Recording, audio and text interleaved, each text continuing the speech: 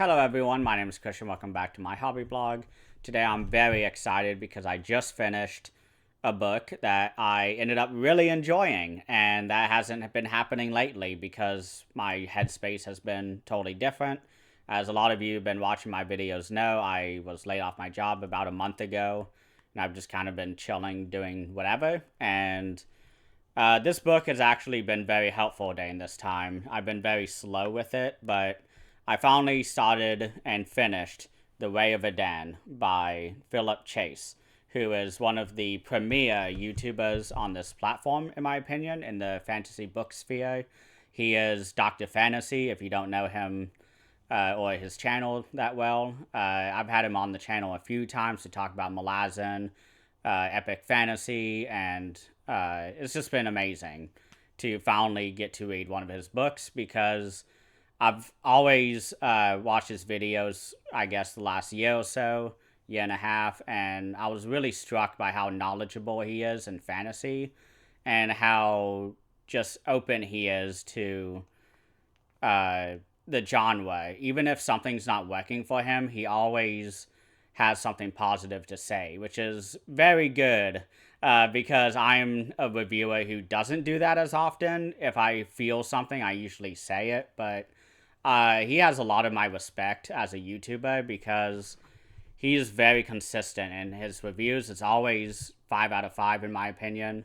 And so, all that to be said, there is a bit of bias when it comes to reviewing this book, but I think this book is solid anyways because one of my big I guess things I was looking forward to getting into this book was seeing all of the inspirations and sort of the way that he was structuring this novel, because this book feels so old school fantasy and I love it.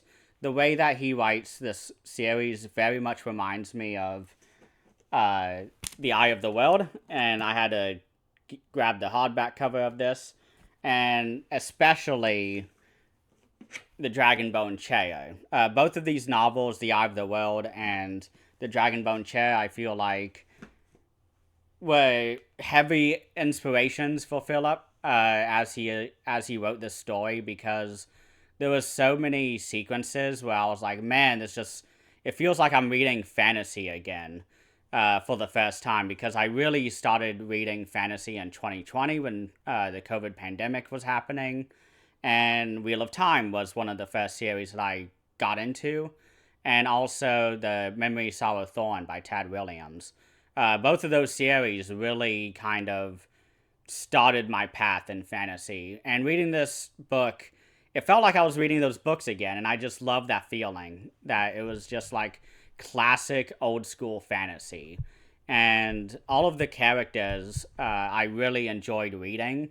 Emar, and I apologize if I say the names incorrectly, but I read it. I really wanted to do the audiobook, but I didn't have the funds to do so because I don't have a job anymore.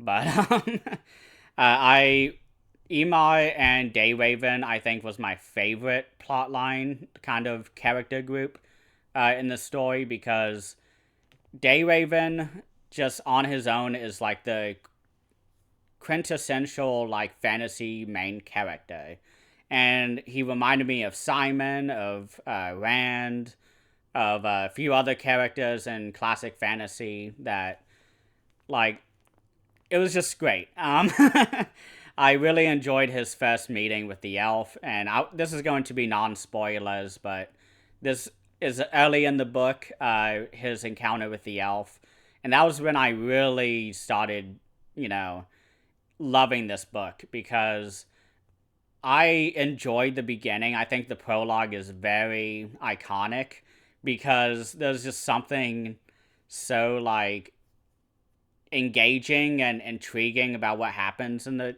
prologue, because you have these priests of Edan who are throwing these buckets of filth at churches of these local gods that these priestesses or priests are not adhering to.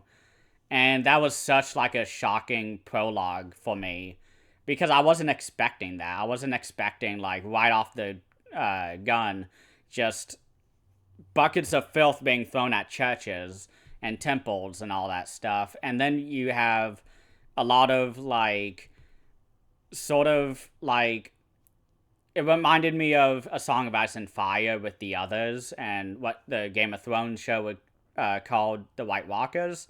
They have these, like, there was this scene where I believe it's Dayraven. He's walking with his dog, and no, it's another character. This is a character not even related to the story, but who was one of the, I guess, introductory characters to introduce us to our world. But he finds this like field of like 50 something dead sheep, and I was like, what is going on here? And they were all in like a particular shape that he wasn't particularly getting, or something like that. It took me a long time to read this book because my headspace has just been unable to be reading. But that scene too was just really just struck me as a reader. I really enjoyed that. And then we get his death, which was just, oh my gosh, like that was bloody. I love seeing all of the different fantasy creatures in this book as well. I think my favorite ones were the Agalak, I believe they're called. The like swamp trolls, basically. And the enemies use them within the armies as sort of like grunts. Just sort of as sort of like red shirts in Star Trek. They're just kind of there to be killed. But yeah, just Dayraven and Emar, just that entire storyline I really, really enjoyed. I loved reading Sakrara's. I apologize for not getting the pronunciations right, but I really loved her storyline as well. Her storyline really reminded me of like Robin Hobb, where everything was like about identity and staying true to oneself, and I love that.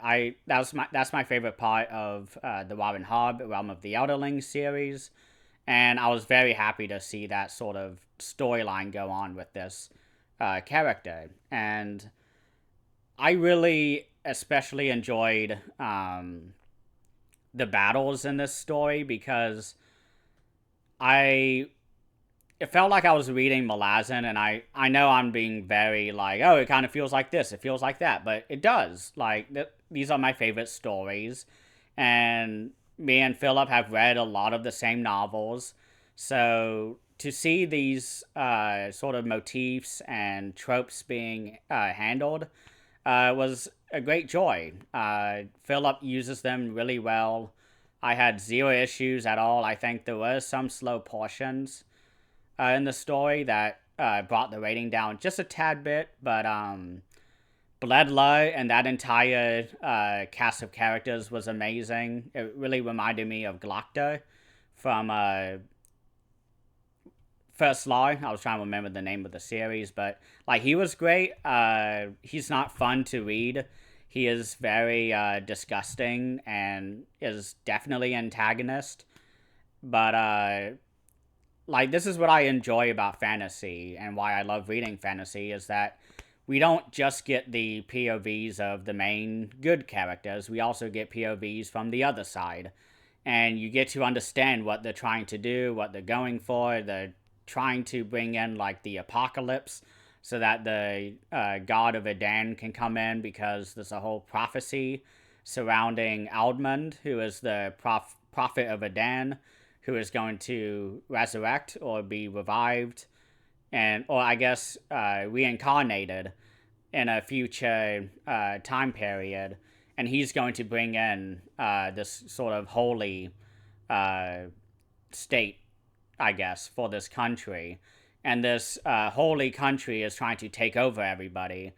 And like all of that I really, really enjoyed. It reminded me of reading the Crusades, or mostly Crusades is what I was thinking during this plot line. But I think that was the plot line where I was either loving what I was reading or I was very ambivalent, because there was a lot of torture scenes with the Priest of Edan and with Bledla, and just a lot of terrible shit happening to people.